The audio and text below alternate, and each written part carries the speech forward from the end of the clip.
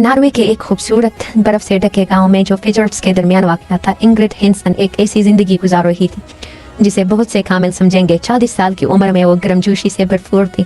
इसकी हंसी, इसकी लकड़ी की आराम देह घर में गूंजती थी, जो अपने शौहर एरिक एक मुअज़्ज़ज़ डॉक्टर के साथ बांधती थी। इनकी शादी की 20वीं सालगिरह करीब थी। एक ऐसी कामयाबी जो मोहब्बत, इस्तेहकाम और इनके 3 बच्चों की अलामत थी। इनकी सबसे बड़ी बेटी फ्रेया एक 18 साल बावफार लड़की थी जो मेरीन बायोलॉजी की तालीम हासिल करने के ख्वाब दिखती थी, और इनके 11 साल जुड़वा बच्चे लकास एक मुतजस्सिस लड़का जो खाका बनाने में माहिर था, और सोफिया एक जोशीली लड़की जो कहानी सुनने से मोहब्बत करती थी। इनका घर हंसी ताज़ा बेक किए हुए केनियल बॉलर की खुशबू और एक अच्छी जिंदगी के गुनगुनाने से भरपूर था। लेकिन इंग्रिड के मुतमईन ज़ाहिरी शक्ल के नीचे एक खामोशी बेचैनी जाग रही थी। इसके दिल में एक ख़िला जो सरगोशी करता था, क्या बस यही सब कुछ है? अपनी नेमतों के बावजूद एक प्यार करने वाला खानदान, आरामदेह जिंदगी और नॉर्वे के मनाजिर की पुरसुकून खूबसूरती, इंग्रिड खुद को नामुकम्मल महसूस करती थी। अपनी रोजमर्रा की सरगर्मियों की खुशी, जैसे सोफिया के बाल बनाना या लुकास के फुटबॉल मैचों में हौसला अफजाई करना, अब इसके दिल को नहीं भरती थी। यहाँ तक कि एरिक के मुस्तकिल मोहब्बत अगरचे गैर मुतसलसल थी, एक मानूस आदत की तरह महसूस होती थी, न कि एक चिंगारी। जैसे जैसे इनकी सालगिरह करीब आई, वो फिजर्ट्स को घूरती रही, सोचते हुए कि सब कुछ होने के बावजूद इसे क्यों लगता था कि इसके पास कुछ भी नहीं। एक शाम सुकून की तलाश में इंग्रिड एक मुकामी किताबों की दुकान में चली गई। इसकी नजर एक फुतली पुरानी किताब पर पड़ी जिसका इन्वान था मोहब्बत का कीमिया, जो एमार बिनी खाली नामी 55 साल अल-जज़ायरी मुसन्निफ ने लिखी थी। इसके दिल के राज खोलने के वादे से मुतवज्जह होकर इसने इसे खरीद लिया। इस रात चिमनी के पास बैठकर इसने पढ़ना शुरू किया। इमार के अल्फाज शायराना, कच्चे और इश्तिहाल अंगेज थे, जो मोहब्बत को एक नरम राहत के तौर पर नहीं बल्कि एक चंगली तब्दीली करने वाले कुव्वत के तौर पर पेश करती थी। एक ऐसी आग जो झूठ को जलाकर सच को अय्या करती थी। इसके ख्यालात इंग्रिड के अमली नार्डिक मिजाज से मुतसादिम थे।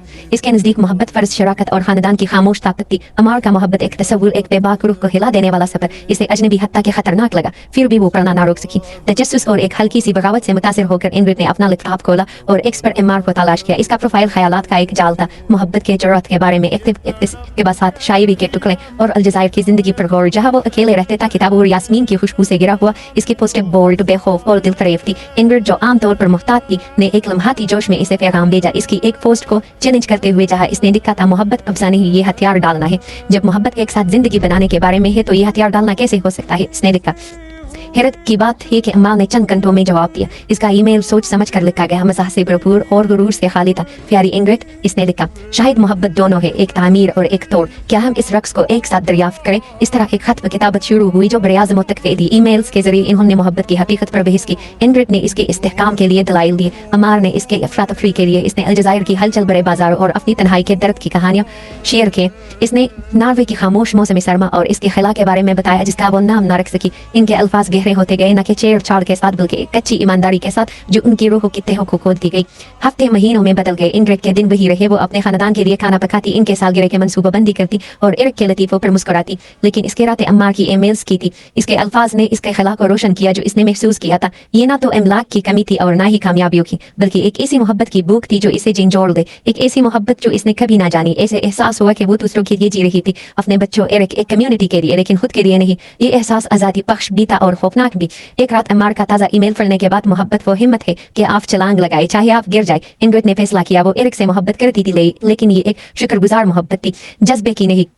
इसके दिल का खिला मजीद मांग रहा था। बारी दिल के साथ इसने एरिक से बात की। इसकी आवाज कांपती हुई जब इसने तलाक मांगी। वो हैरान जख्मी था, लेकिन इसकी मेहरबानी जल की। अगर यही तुम्हें चाहिए इंग्रिड, मैं तुम्हें नहीं रोकूंगा, इसने कहा। इसकी आंखें नम थी। बच्चों अगर उलझन में थे को इंग्रिड जो इस वादे से तसल्ली हुई कि इनके लिए इसकी मोहब्बत कभी ना बदलेगी। इंग्रिड अल-जज़ायर के लिए उड़ी। इसका दिल खौफ और जोश से धड़क रहा था। अमार से मिलना इसकी किताब में कदम रखने जैसा था। इसकी आंखों में वही आग थी जो इसके अल्फाज में थी। वो अब सिर्फ एक मुसन्निफ नहीं था, बल्कि एक ऐसा मर्द था जो इसे देखता था, वाकई देखता था। इनका रिश्ता गहरा हुआ और चंद महीनों में इन्होंने अल-जज़ायर के तारों भरे आसमान के नीचे एक सादा तकरीब में शादी कर ली, जिसमें इसके दोस्त और नारंगी के पोलू की खुशबू शामिल थे। 2 हफ्ते इंग्रिड मुकम्मल महसूस करती रही। अमार का लम्स, इसकी हंसी, इसकी सरगोशी की शायरी इसके खिला को बढ़ दिया। इसे एहसास हुआ कि मोहब्बत जिंदगी का जादू है, एक मंजिल नहीं बल्कि एक लम्हाती कामिल फल। अफसोस सानिहा तेजी से आया। अम्मार जो खामोशी से दिल की बीमारी से लड़ रहा था, एक सुबह गिर पड़ा। वो इंग्रिड के बाहों में मर गया। इसके आखिरी अल्फाज नरम थे, तुम मेरी कीमिया हो। रमिस पर चा गया, लेकिन ये इसके पुराने खिला का खोखला दर्द नहीं था, बल्कि एक भरपूर जिंदगी का गम था। इस मोहब्बत का सबूत जो इसे तब्दील कर चुकी थी। वो नॉर्वे वापस आया ना इस इंग्रिड के तौर पर जो गई थी, बल्कि एक ऐसी औरत के तौर पर जिसने मोहब्बत की आग चखी थी। इसके बच्चों ने इसका इस्तेकबाल किया और यहाँ तक कि एरिक जो अब एक दोस्त था ने इसमें तब्दीली देखी। एक खामोश चमक। इंग्रिड ने लिखना शुरू किया, अपने सब्र को अल्फाज में डालते हुए। अम्मा की हिम्मत से मुतासिर होकर इसने इसे नहीं खोया जो खो गया, बल्कि इसे मनाया जो इसे मिला। मोहब्बत मुख्तसर लेकिन अबदी ने इसकी रूह को भर दिया।